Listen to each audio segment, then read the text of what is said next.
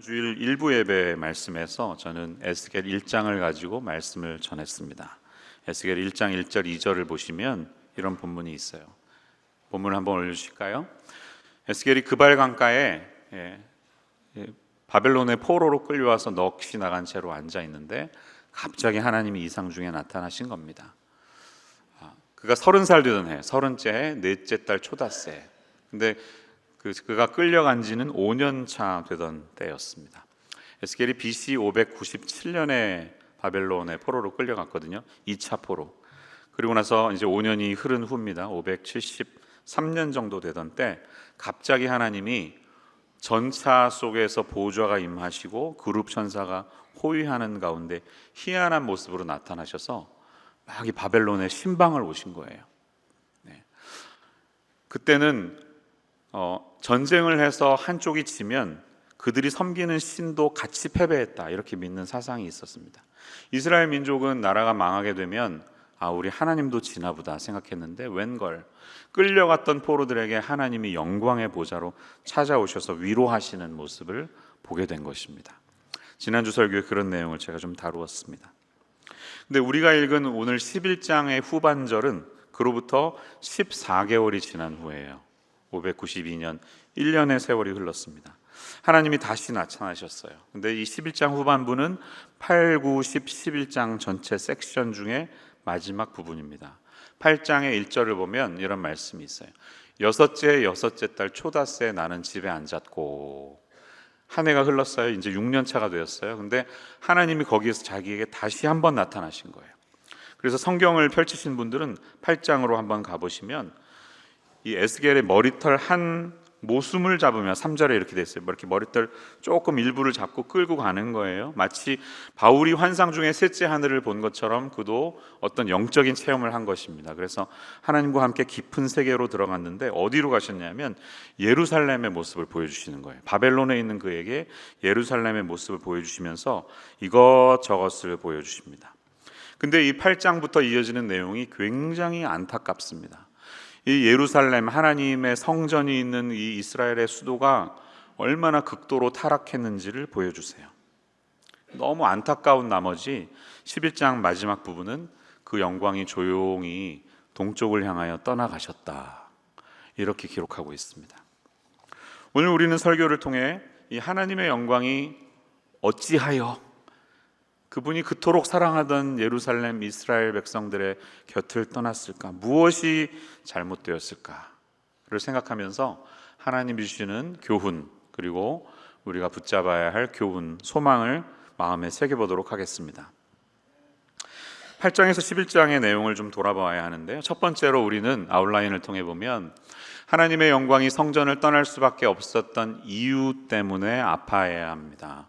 왜 하나님의 영광이 예루살렘을 떠났는가를 분명히 우리가 깨달아야 합니다.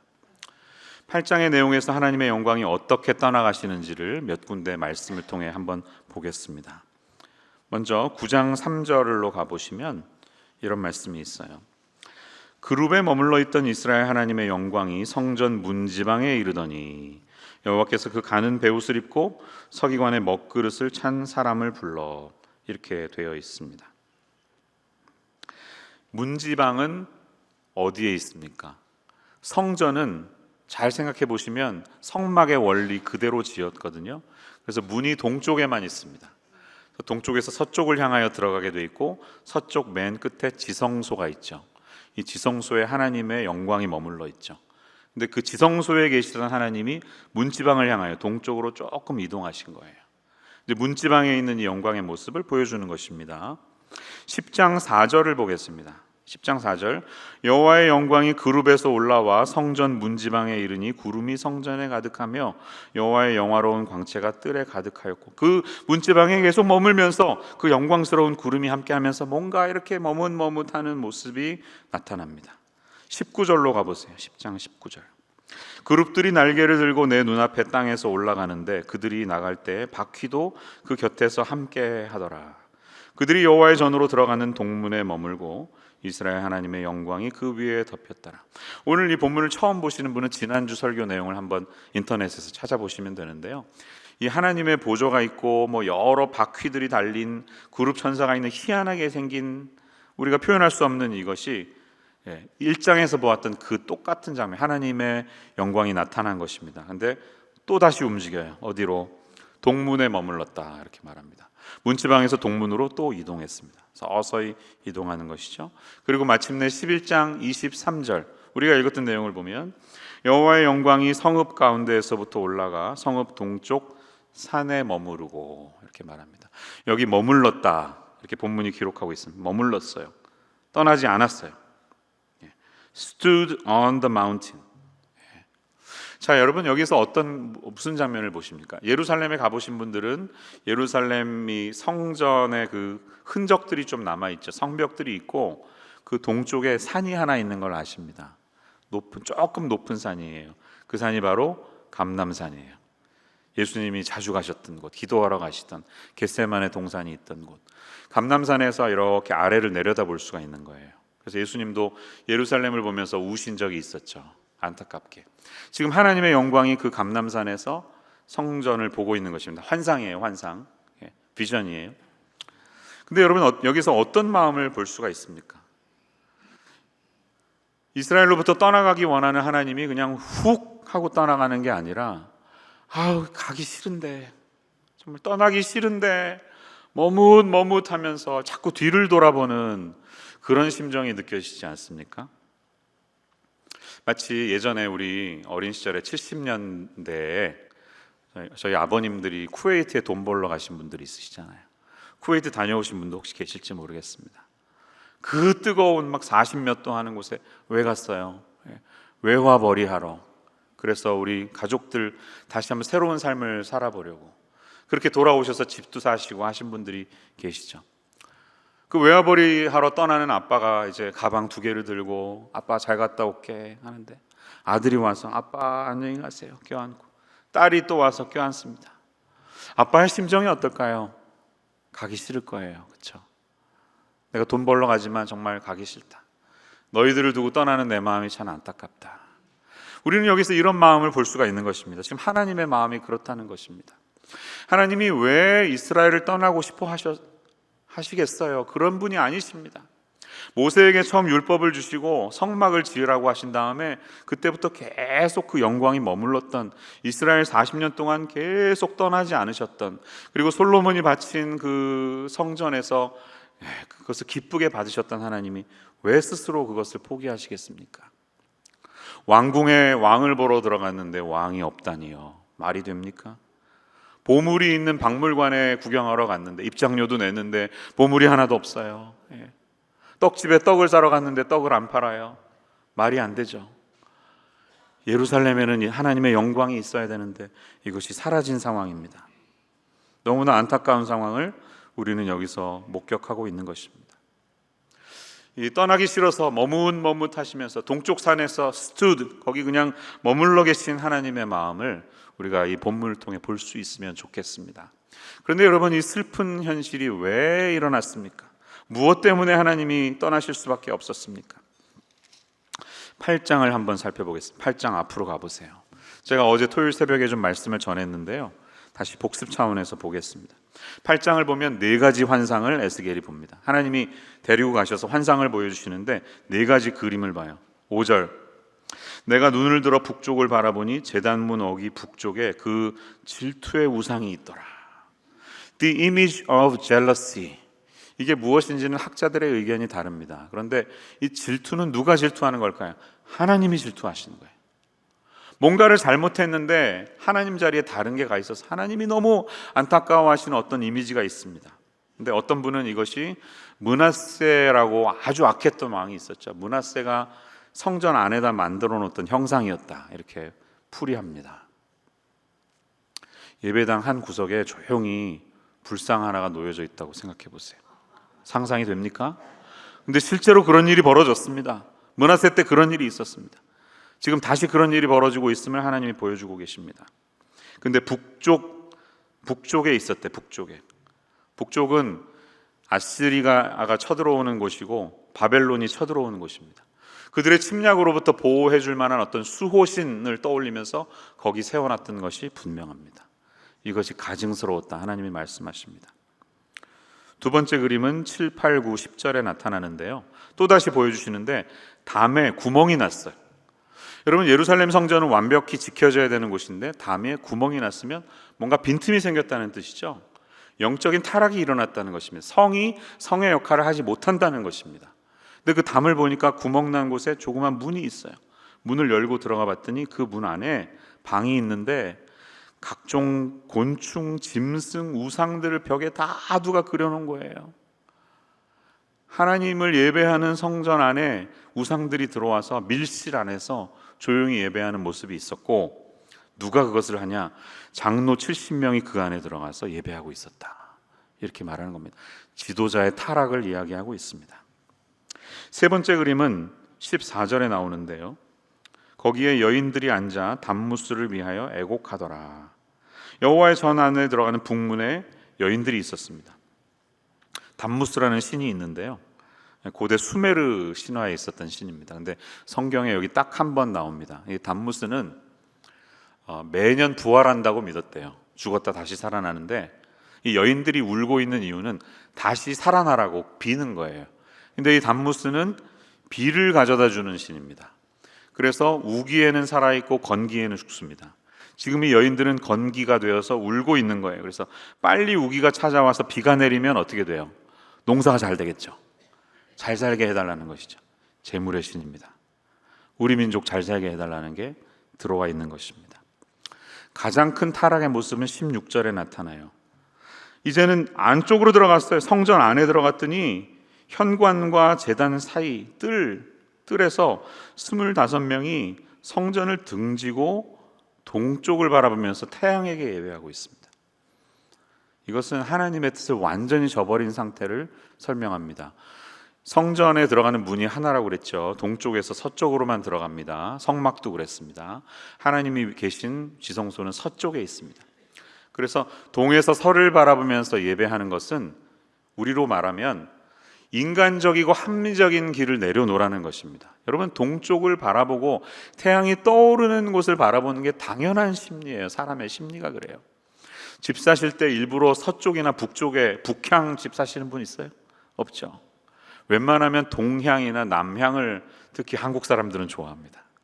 그게 자연스러운 길이에요. 우리의 길이에요. 근데 하나님은 너희들이 나를 예배할 때 해가 지는 쪽을 바라보면서 예배하라 말하면 이것이 무슨 너희가 죽어야 된다는 것입니다. 인간적인 생각들을 죽여버리고 너희의 생각을 다 꺾고 오직 나만을 경배하라. 이런 것이 하나님의 뜻인데, 그것으로 완전히 반대 상태에 가 있는, 태양을 향하여 예배하는, 태양을 숭배하는 민족은 너무나도 많죠. 인류의 국기에 가장 많이 들어가 있는 심벌 중에 하나가 태양입니다. 태양은 영원한 숭배의 대상입니다. 그렇게 바뀌어버린 지도자들의 모습을 보고 있어요. 요약하면 무슨 뜻입니까? 왜 하나님이 떠나셔야만 했습니까? 극도로 타락한 상태에 이르렀기 때문에, 우상 숭배가 극에 달했기 때문이에요. 적당한 수준이 아니에요. 북이스라엘이 망할 때는 적당했어요. 동네 산에 산당들을 만들어 놓고 거기 찾아가서 예배했어요. 그래도 양심은 있었어요. 그런데 지금 예배당 안에 온갖 우상들이 다 들어와 있는 것입니다. 이제는 성직자의 구분도 없고 목사나 장로나 평신도들이나 안 믿는 사람이나 상관없이 다 우상에게 절하고 있는 안타까운 현실을 보여주고 있는 것이에요. 하나님이 더 이상 견딜 수 없어서 떠나시기 싫으신데 머뭇머뭇하면서 떠나시는 이런 모습을 보여주는 것입니다. 이것을 좀 우리가 쉽게 다가올 수 있도록 비유를 한다면, 교회가 기도원을 사기 위해서 땅을 알아보는데 풍수지리에 따라서 좌청룡 우베코 막 따지면서 기도원 사는 거예요. 목사, 장로, 안수집사, 권사 임직식을 하는 날짜를 정하기 위해서 연꽃 보살에게 찾아가서 좋은 날 받아오는 거예요. 말이 됩니까 이게? 그런 일이 벌어지고 있음을 말합니다. 우상 숭배가 극도로 달한 것입니다. 여러분, 우리가 그렇게 살면 안 되겠죠. 오늘 하나님이 이런 것들을 좀 내려놓아라 말씀하십니다. 이 하나님의 영광이 떠나가는 모습인데요. 하나님의 영광은 무엇입니까? 오늘 이 하나님의 영광에 대해서 좀 묵상하기 원해요. 영광은 우리가 쉽게 범접할 수 없는 것이었습니다. 그래서 모세가 하나님을 만났을 때 불을 만났고 또 구름을 만났습니다. 그렇죠? 하나님의 실체를 다 100% 맨눈으로 볼 수는 없었어요. 그래서 구름, 불, 바람, 번개, 천둥 이런 것들이 동반하면서 하나님이 나타나십니다. 그게 구약에서 우리가 경험한 하나님의 영광이에요. 근데 이 영광이 떠나가 버렸다는 것이에요. 우리의 우상 숭배 때문에. 왜? 우상 숭배는 엄밀하게 말하면 경배의 대상이 하나님에게서 다른 것으로 바뀌는 것이죠. 하나님 대신에 피조물들이 그 우상의 자리를 차지하고 있는 것을 말합니다. 이게 우상 숭배예요. 여러분, 일주일에 한 번 예배에 오시는 분들도 많이 계시잖아요. 월요일부터 토요일은 뭐 여러 가지 사정으로 예배드리러 못 오시는 분들 많이 계실 텐데, 여러분, 월화수목금토 눈을 뜨고 잘 때까지 하루 종일 생각하고 집중하고 떠올리는 그것이 무엇입니까? 그게 내 우상이라는 거예요. 그래서 내 마음속에 내가 하루 종일 떠올리고 묵상하면서 경배 수준으로 가 있는 그것이 바로 하나님을 대신하여 차지하고 있는 우상이라고 말합니다. 영어로 표현하면 We become what we worship. 내가 바라보면서 경배하는 그대로 변하게 되어 있습니다. 그래서 내 마음속에 있는 그것이 마치 하나님인 것처럼 프로젝션, 겉으로 드러나게 되어 있습니다. 모세가 시내산에 율법을 받으러 올라가 있는 동안에 백성들이 기다리다가 너무 오래 걸리니까 이거 뭐야, 우리끼리 예배하자.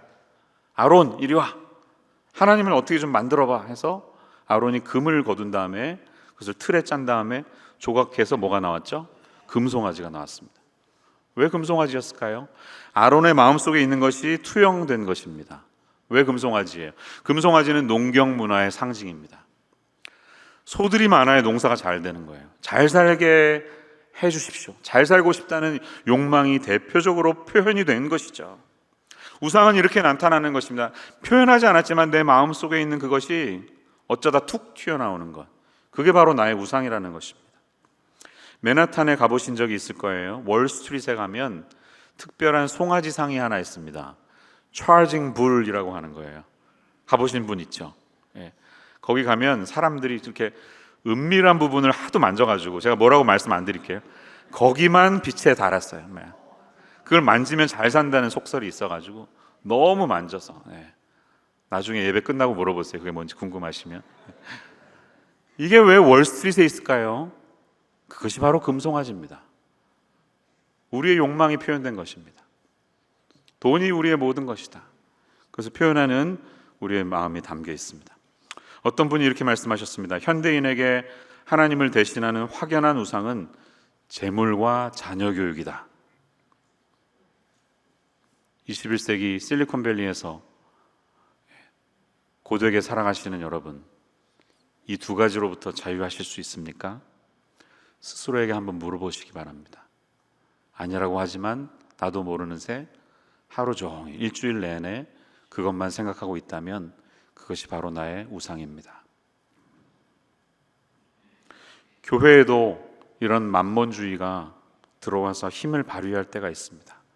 그런 것들이 우리 한국 교회를 무너뜨렸다고 생각합니다. 교회가 점점 대형화되고 재정이 많이 모여지고 대형 교회 목사가 하는 한마디가 사회적으로 여러 영향력을 끼치게 될 때 그것이야말로 우리의 우상이 된다는 것입니다. 우리 교회는 이 부분에 있어서 극도로 조심해야 할 줄로 믿습니다.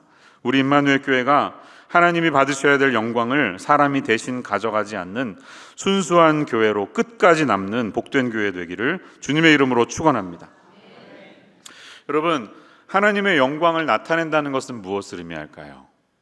그레고리 빌이라고 하는 성경학자가 계신데 이분은 하나님의 영광을 세 가지 카테고리로 나누어서 설명했습니다. 첫 번째 영광은 하나님 존재 자체의 영광이에요. 그분 자체가 영광이라는 것입니다. 우리가 태양을 두 눈으로 볼 수 없는 것처럼 도저히 범접할 수 없는 그분만의 영광이 있습니다. 두 번째 영광은 표현된 영광, 그것이 드러난 영광. 태양은 태양이지만 태양에서부터 나오는 빛, 열, 에너지, 광선 등이 있죠. 이것은 태양과는 구분되지만 태양의 특성이 나타난 것입니다. 마찬가지로 하나님에게서 나타나는 표현들이 있어요.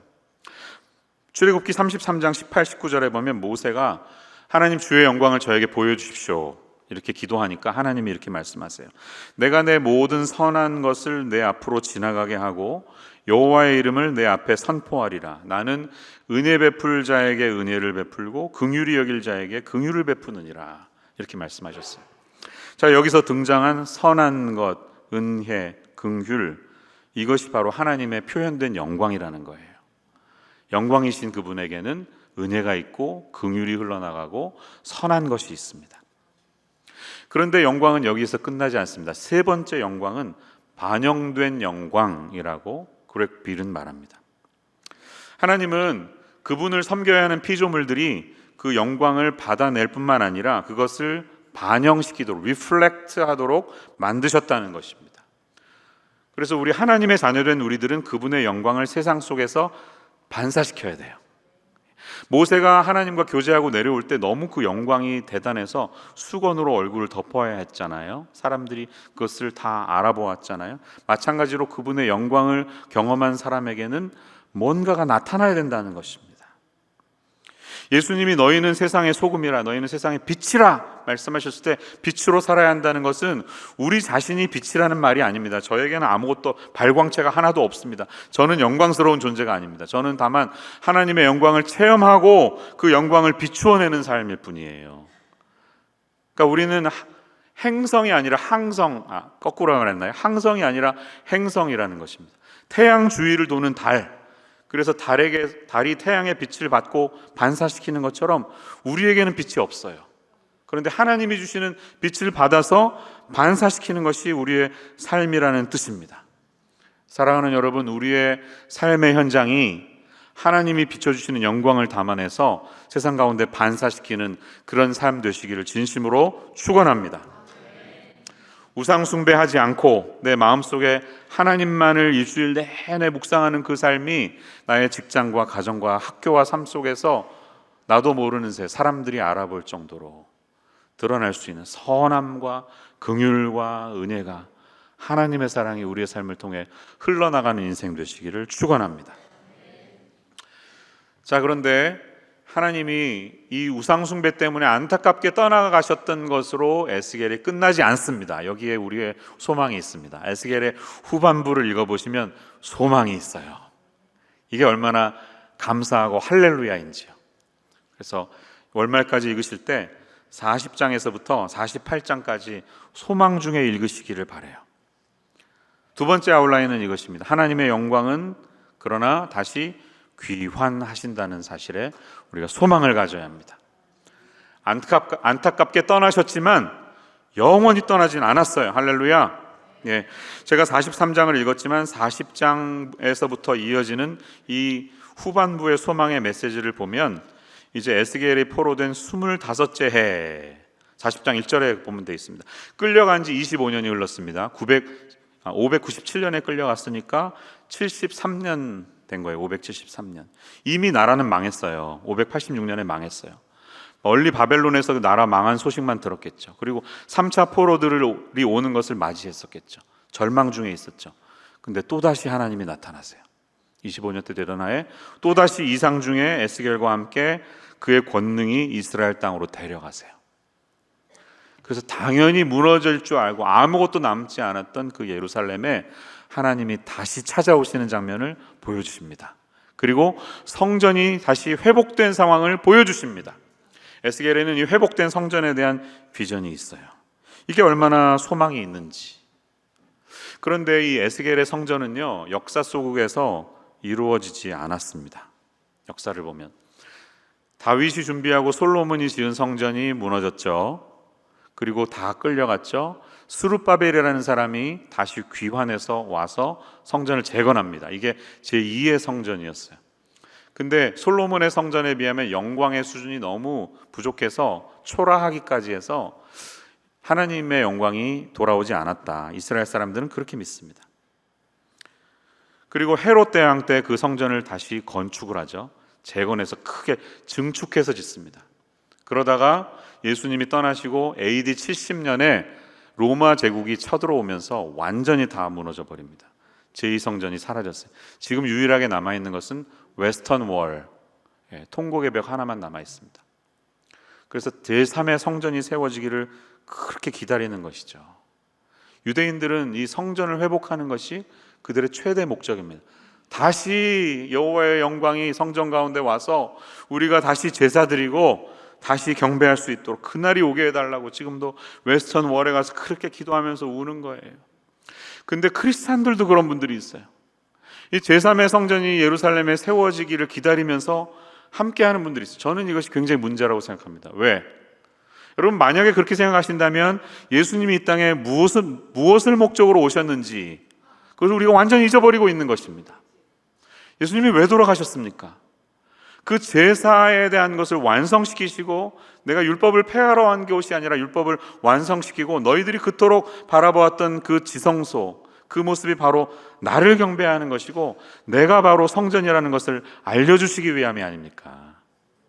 그러니까 우리는 다시 피지컬한 성전이 예루살렘에 세워지도록 기도할 필요가 없습니다. 왜? 예수님 자신이 우리의 성전이 되셨기 때문입니다. 할렐루야.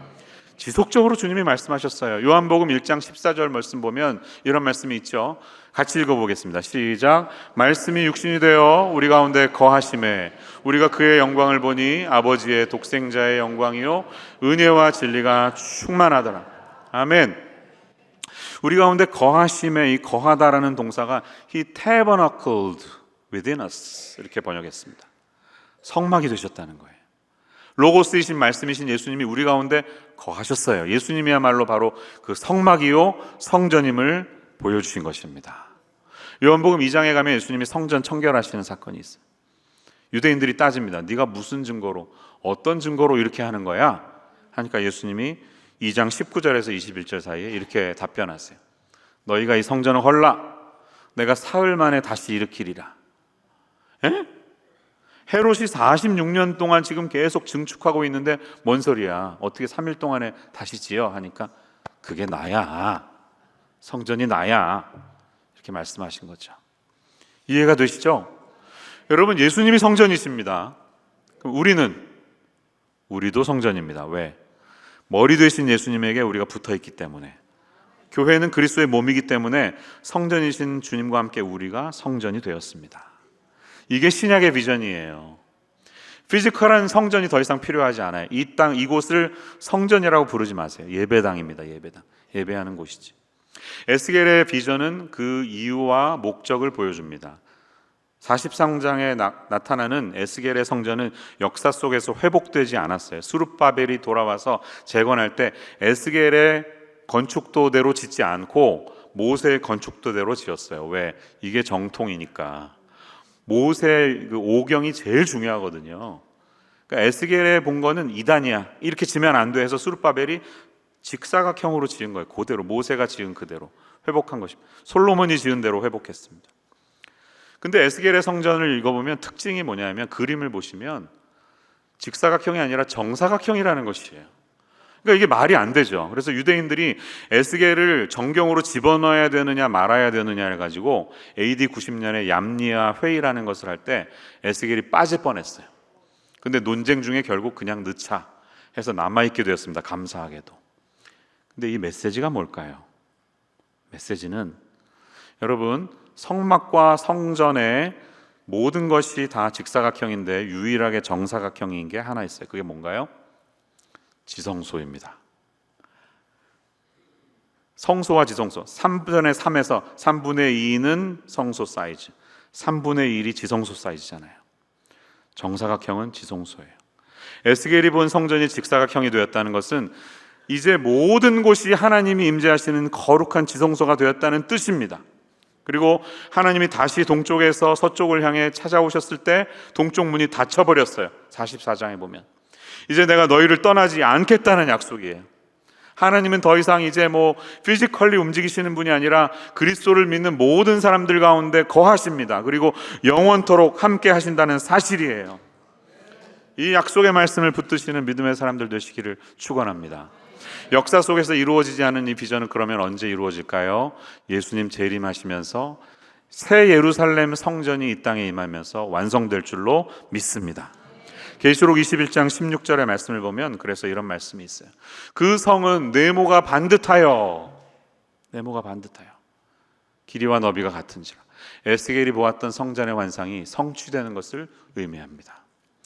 22절, 성 안에서 내가 성전을 보지 못하였으니, 이제 그 피지컬한 성전이 새 예루살렘 성전에 없어요. 왜? 이는 주 하나님 곧 전능하신 이와 및 어린 양이 그 성전이심이라.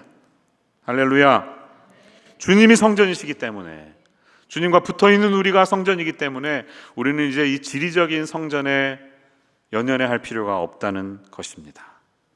이 약속이 예수님의 재림과 함께 완성될 줄로 믿습니다. 그때까지 우리는 어떻게 살아야 할까요? 고린도전서 3장 16절은 우리에게 이렇게 말씀합니다. 너희는 너희가 하나님의 성전인 것과 하나님의 성령이 너희 안에 계시는 것을 알지 못하느냐. 우리 안에 하나님이 계시고 그리스도와 함께 살아가는 우리 모두가 하나님의 성전입니다. 성령을 슬프게 하지 마십시오. 그분과 끝까지 동행하십시오. 우리가 살아가야 할 삶의 방식은 예수님이 마태복음 5장 16절에서 그러므로 이렇게 말씀하셨어요. 같이 읽어볼게요. 시작. 이같이 너희 빛이 사람 앞에 비치게 하여 그들로 너희 착한 행실을 보고 하늘에 계신 너희 아버지께 영광을 돌리게 하라. 할렐루야. 우리는 발광체가 아니라 반사체입니다. 우리 자신에게는 영광이 없습니다. 그 하나님의 영광은 날마다 마음에 묵상하고 예배 가운데 비춰주시는 그 영광을 담아내서 우리의 삶의 현장에서 생활 선교사로 살아가야 할 줄로 믿습니다. 여러분, 이 영광이 우리 임마누엘 교회를 통해서 실리콘밸리 가운데 흘러나가는 그런 복된 일이 일어나기를 소망합니다. 하나님이 참으로 원하시는 일들이 우리 성도님들의 삶을 통해 이루어지기를 소망합니다. 한국 교회에도 이루어지기를 소망합니다. 미국 교회에도 회복되기를 소망합니다. 한국 교회에 다시 소망이 있을까요? 모든 종교 사회학자들이 지금 내리막길이야. 20년 있으면 유럽처럼 돼. 다들 이러고 있습니다. 어떤 통계를 봤더니요, 미국 교회가 앞으로 3년 안에 10만 개까지 교회 문을 닫을 수 있다는 보고가 있어요. 코로나로 회복하지 못한 교회가 너무 많아서 이 부동산 렌트를 감당하지 못해서 교회 건물을 렌트를 줘서 겨우겨우 근근히 살아가고, 이미 교회가 술집으로, 바로, 피트니스 센터로 바뀐 곳들이 굉장히 많다는 것입니다. 교회 현실은 잘 아실 것입니다. 여러 가지 이유 때문에 영광이 사라졌습니다. 그러나 여러분, 우리가 이 영광을 사모하면 하나님의 영광이 찾아올 수 있을까요? 저는 조심스럽지만 예스라고 말씀드리고 싶습니다. 영광을 사모하는 자들에게 하나님은 반드시 다시 찾아오실 줄로 믿습니다. 지난 2023년 2월에 켄터키 어느 깡시골 에스베리에서 일어났던 부흥의 사건을 기억하시죠? 채플이 시작됐는데 갑자기 하나님의 임재가 임하면서 예배가 끝나질 않아요. 계속 찬양하고 기도하는 이 학생들의 예배가 그날 화요일날 한 번만 있어야 되는데 3주, 4주 동안 계속됩니다. 밤을 샙니다. 언론들이 찾아오고 사람들이 소식 듣고 예배하는 게 도저히 감당이 안 돼서, 그래서 겨우 총장이 한 달인가 지나고서 여러분의 마음은 알겠지만 이것으로 종결합니다, 이렇게 가서 정상으로 돌아갔어요. 근데 여러분, 그 부흥을 경험한 사람들이 MZ세대들이었다는 거예요. MZ세대. 우리가 포기하고 싶어하는 답이 없어 얘네들은, 이러던 그들에게 부흥이 임했다는 것입니다. 하나님은 여전히 소망의 불빛을 가지고 그분의 영광을 우리 가운데 부어주시기를 원한다는 사실을 믿으시기를 축원합니다. 유럽의 부흥을 이끌었던 수많은 종교개혁자들, 또 우리 영어 성경으로 많이 번역하면서 온 세계에 영향을 끼친 영국 교회 현실이 지금 어떻게 되어 있습니까? 죽어간다, 망했다, 한국 교회도 그렇게 될까봐 두렵다, 모두가 이렇게 말하지만 여러분, 하나님 아직 살아 계십니다. 그분 일하고 계십니다. 제가 엊그젠가 이 뉴스를 하나 보았는데요, 너무 이게 좋아서 이 뉴스를 좀 여러분과 나누고 싶어요. 이 뉴스를 한번 같이 보고 기도하고 예배 마치겠습니다. 유럽의 기독교가 쇠퇴하고 있다는 말은 어제 오늘의 이야기가 아니죠. 유럽의 매거진 에반젤리컬 포커스에 따르면 영국 개신교인 비율은 2002년 31%에서 2017년 14%로 15년 사이에 절반이 넘는 성도가 교회를 떠났습니다. 브라이얼리 리서치 컨설턴시는 코로나 기간인 2021년 발표한 보고서에서 영국 내 교회 수가 10년 동안 42,000개에서 39,800개로 감소했으며 향후 5년 안에 폐쇄 위기에 처한 교회가 368개에 달한다고 언급했습니다. 하지만 북아일랜드 호프교회 크레이그 쿠니 목사는 영국의 영적 가뭄이 끝났다고 믿습니다. That it just felt like we were going through the motions post-COVID. It was just a lack of zeal, a lack of passion, a lack of enthusiasm, a lack of growth. Something shifted around the start of this year, I would say. And it's difficult to describe or define. 인스타그램에서 10만 명 이상의 팔로워를 가진 쿠니 목사는 가장 눈에 띄는 변화로 성도들이 하나님의 존재를 확실히 느낀다는 점, 치유의 횟수가 늘어난 부분을 꼽습니다. There's this sense of God is in the room.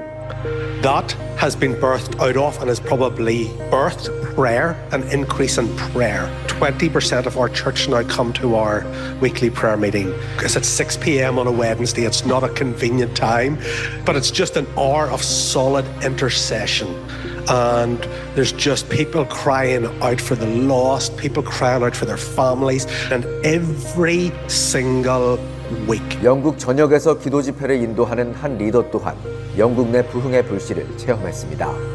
And as we were in St. George's Chapel praying, I felt the Lord speak to me and say, I'm going to bring revival into this place. We were there for 3 days and 3 nights with 30 of our British counterparts. Genesis chapter 28 is what the vicar was reading from that day. He began to read Genesis chapter 28, 13 to 15, and I felt the Lord was saying, I am going to begin to work in your children. 부흥의 징조는 스코틀랜드에서도 싹트고 있습니다. 지난 6월 프랭클린 그레이엄 목사는 God Loves You 투어를 스코틀랜드 글래스고에서 개최했습니다. 7,000명 이상의 사람들이 모인 집회에서 많은 사람이 그리스도께 자신의 삶을 바쳤습니다.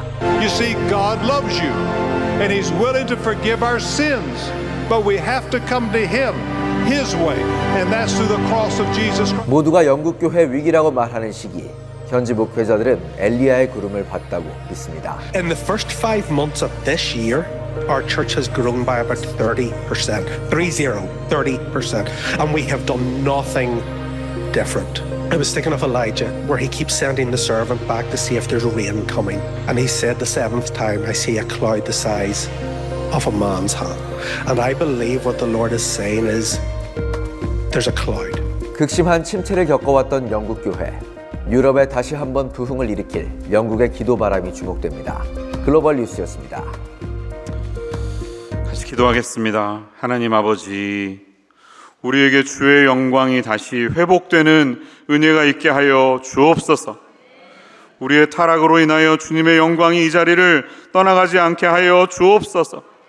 소망이 없어 보이는 세대 가운데 소망이 있음을 바라보며 엘리야가 쳐다보았던 구름 하나가 우리 민족에게 소망이 되듯이 우리 한국교회에도 소망이 있음을, 이민교회에도 소망이 있음을, 실리콘밸리에도 소망이 있음을 경험할 수 있는 우리의 인생 되게 하여 주옵소서.